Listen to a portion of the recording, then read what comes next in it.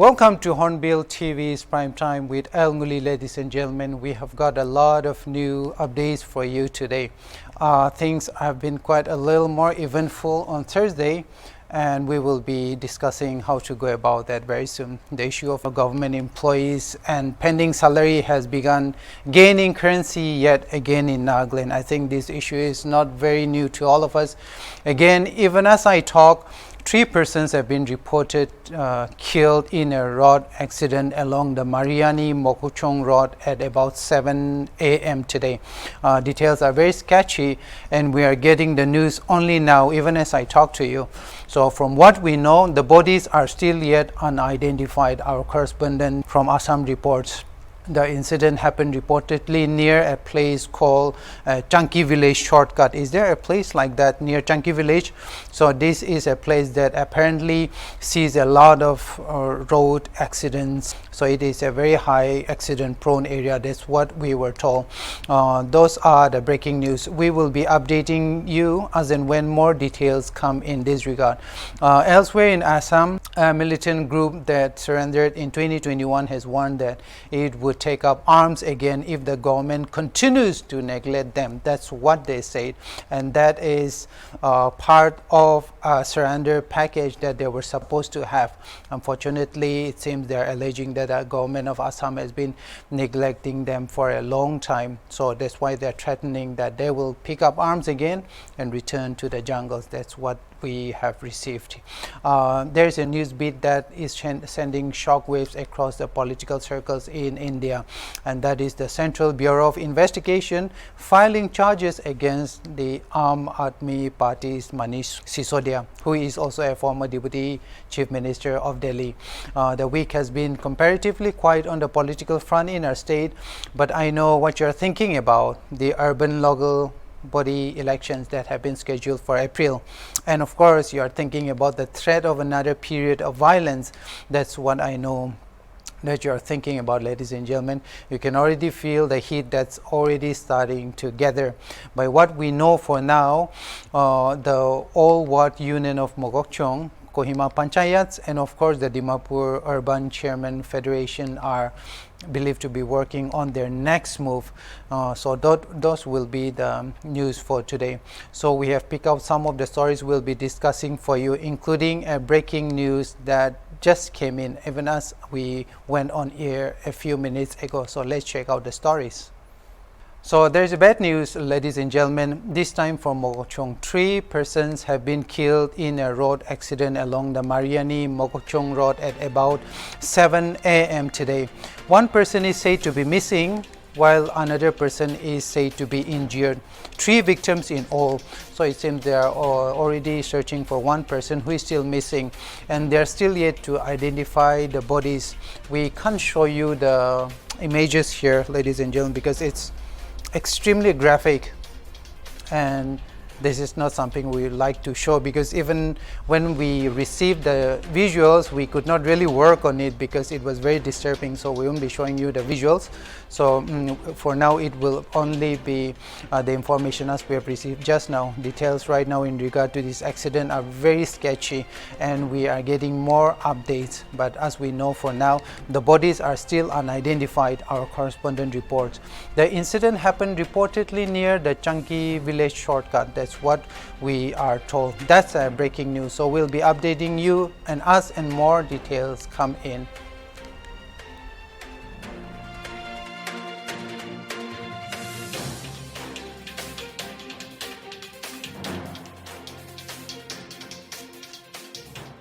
Besides the accident near Chunky Village, ladies and gentlemen, I have also received a breaking news just now, and this is from the court. So even as I went on air, this was the notice that we received from the Office of the Special Public Prosecutor of Dimapur. So this is the breaking news. I walked in here and my colleague Naomi gave it to me. So we want to give it as a breaking news here. A person that has been identified as one Abul Qasim has been sentenced to 21 years in total, and a fine amounting to 18,500 only. So he has been sentenced to 21 years and will be fined 18,500 rupees for penetrative sexual assault, unnatural offense, criminal intimidation, criminal intimidation. These are the 3 charges that he has been sentenced for. So according to the copy of the order from the special public prosecutor, a complaint was filed from Newland in Dimapur earlier in February 2022. So the court has prosecuted this person Abul Qasim for the said 3 offenses. Like I said, this is breaking news and this has still yet to be processed for the news. So I believe that my colleagues will be updating you in this regard. So let's check out the other news items in this bulletin. Government teachers in the subdivision education officer of Longkim in Tuensang district have started protests. The teachers have resorted to what they said was a pen-down strike to protest against the authorities not paying their salary and arrears. The teachers issued a press statement in this regard today. The teachers said that they decided to undertake a silent procession on March 13 for what it claimed to be the silence of the authorities in concern. This silence has been the chosen response of the authorities in spite of the teachers submitting a number of representations in this regard, the protesters say. Reports we have received here today say the teachers had met with the additional deputy commissioner and had submitted an ultimatum stating March 10 for the authorities to release their salaries and arrears. The group of teachers who are protesting have also alleged that the 5-year-old SDEO office in that area is still not functioning properly. The issue of pending salary in Nagaland is as old as the state itself. If you grew up in the 80s and 90s in our state's remote districts, for instance, Wokha, Kifri, Tuensang, Mon, and of course Mogochong, you will understand why people celebrated those days whenever large Indian military helicopters came. Let me tell you this, before the advent of the internet, online banking or digital payment or even mobile phones, the government used to deliver money by military helicopters. I think most of you all once will remember that. So before the 2007 ceasefire, getting salary on time was something that was never heard of. It was actually easier to find diamonds along the roads of Wokha district than receiving your salary on time or monthly those days. So most of the time, government employees got their salary only after normally 2 to 3 months, which was very normal, which was never on time, but it was always on time if it had passed at least 3 or 4 months. So that was the normal salary dispersing period that we used to have those days. And I remember one time we did not, my mom did not receive salary for almost a year. That was a very, very bad time. So whenever you saw a helicopter land in your town's local ground those days, then you were very sure that your parents' salary had come. So let's check out the next news bit. The Dimasa National Liberation Army, a militant group that joined the mainstream society in 2021 in Assam, have warned that they will return to the jungles if their grievances are not met, and that if their grievances are ignored by the government, then they will pick up arms again. That's what the DNLA has threatened today.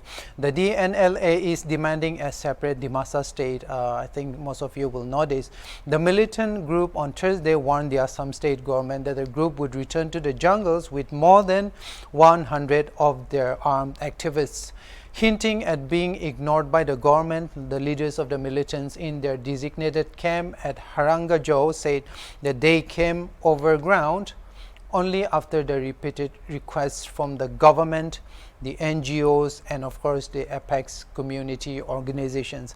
However, according to what they describe, jungle life seems to be a better option in comparison to the struggles that they are going through now, they say. So the DNLA signed a peace accord with the Assam government on September 7 in 2021. So talks with a group began from September 24 that year. So close to 300 cadres are currently living in 3 designated camps of the DNLA in Maibong, Thansiri and Harangajao.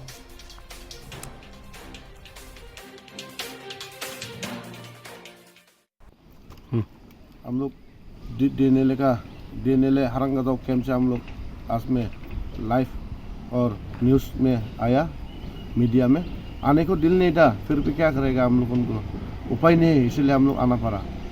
क्यों आया बोलने से तो हम लोग इधर में 6 पैर में आके हम लोग उनको कुछ भी डिमांड फुलफिल नहीं करा अभी तक, और हम लोग उनका खर्चा पानी रेशन कुछ अभी तक ठीक तरह से नहीं हुआ। इसका लिए हम लोग आज में न्यूज़ में, प्रेस में और लाइव में आना पड़ा हम लोगों को। क्यों आया बोलने से हम लोग पहले में जंगल में बैठने में, नॉन सिक्सर में बैठने में तो हम लोगों को बोला गया, असम सरकार, भारत सरकार हम लोगों को बोला गया है कि आप लोग मेन स्ट्रीम में आओ। मेन स्ट्रीम में आने के बाद में आप लोगों का हिरम्बाराजी जो पहले में हम लोगों का राजा का दिन का है, वो आप लोग जंगल में बैठ के कभी भी आप लोगों का डिमांड तो फुलफिल करने नहीं सीखेगा बोल के।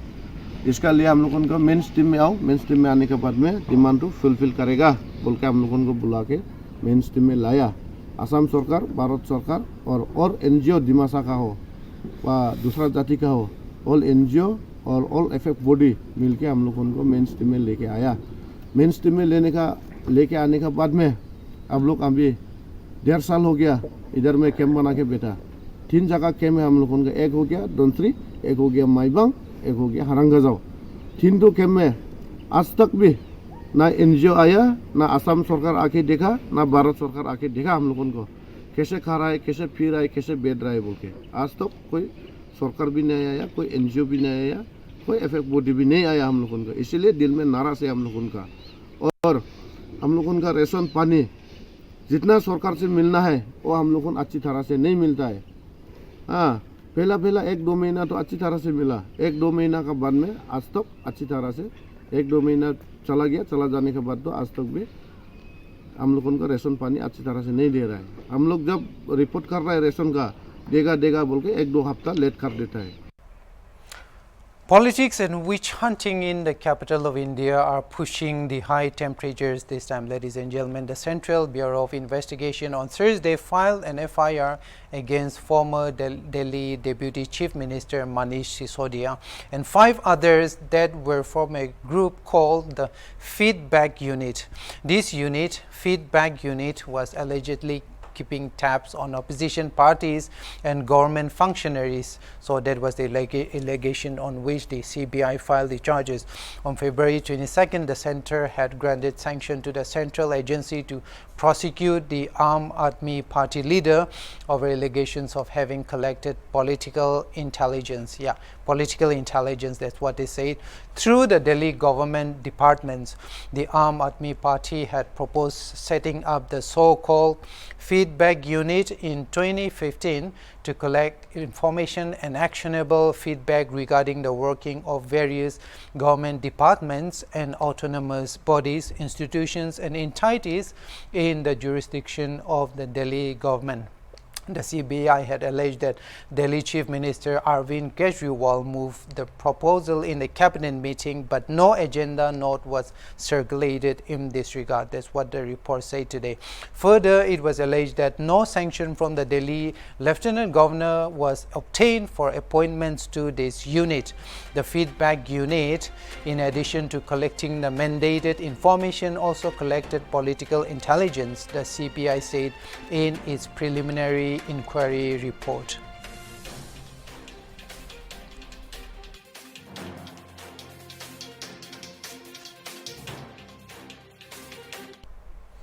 The Confederation of Nagaland Chamber of Commerce and Industry has questioned what it called the deafening silence of the state government of Nagaland over the recent ban imposed by the NSC and Kanko faction over the sale of tobacco and tobacco products in Nagaland.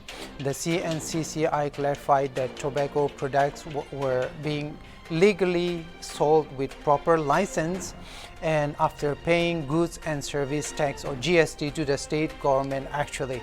So in the press statement, the CNCCI clarified that it does not in any way endorse or promote tobacco consumption. The organization has demanded that the state government clarify on whether tobacco was a banned substance or a legal product sold in the market, because goods and service tax is still being collected from the sale of tobacco products. That's what the CNCCI said. The organization stated that the state government must also come out in public as to whether they are the authority to regulate such matters or is being delegated to something or someone else. The CNCCI has dared the government to tell the Naga people whose authority and governance the Naga people should follow. There are multiple and overlapping orders and bans, of course, which are contrary to the state government's orders, the press release from the organization stated today. The CNCCI also warned that in the event of the state government being unable to clarify on these matters, the business community would have no choice but to construe that this is a failure of governance in Nagaland. Further, the trade body urged the Naga armed groups to ensure that tobacco products are delisted from the purview of the ban. Interestingly, the CNCCI asked the various Naga political groups to direct their energy and resources towards an early resolution of the Indo-Naga political issue. The business community has been and would continue to extend goodwill and full support to realizing the goal of an early Indo-Naga political settlement, it stated. So do you think the government of India would act in this regard now that the organization has asked it to clarify? If you are watching this on social media, please let us know. And what do you think the government or the CNCCI should do in this regard?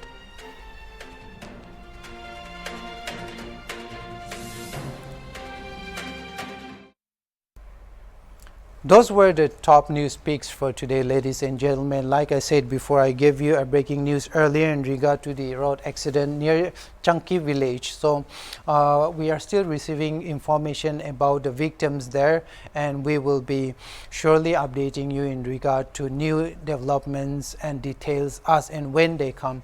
So keep watching Hornbill TV. I'm Ngullie. See you next time.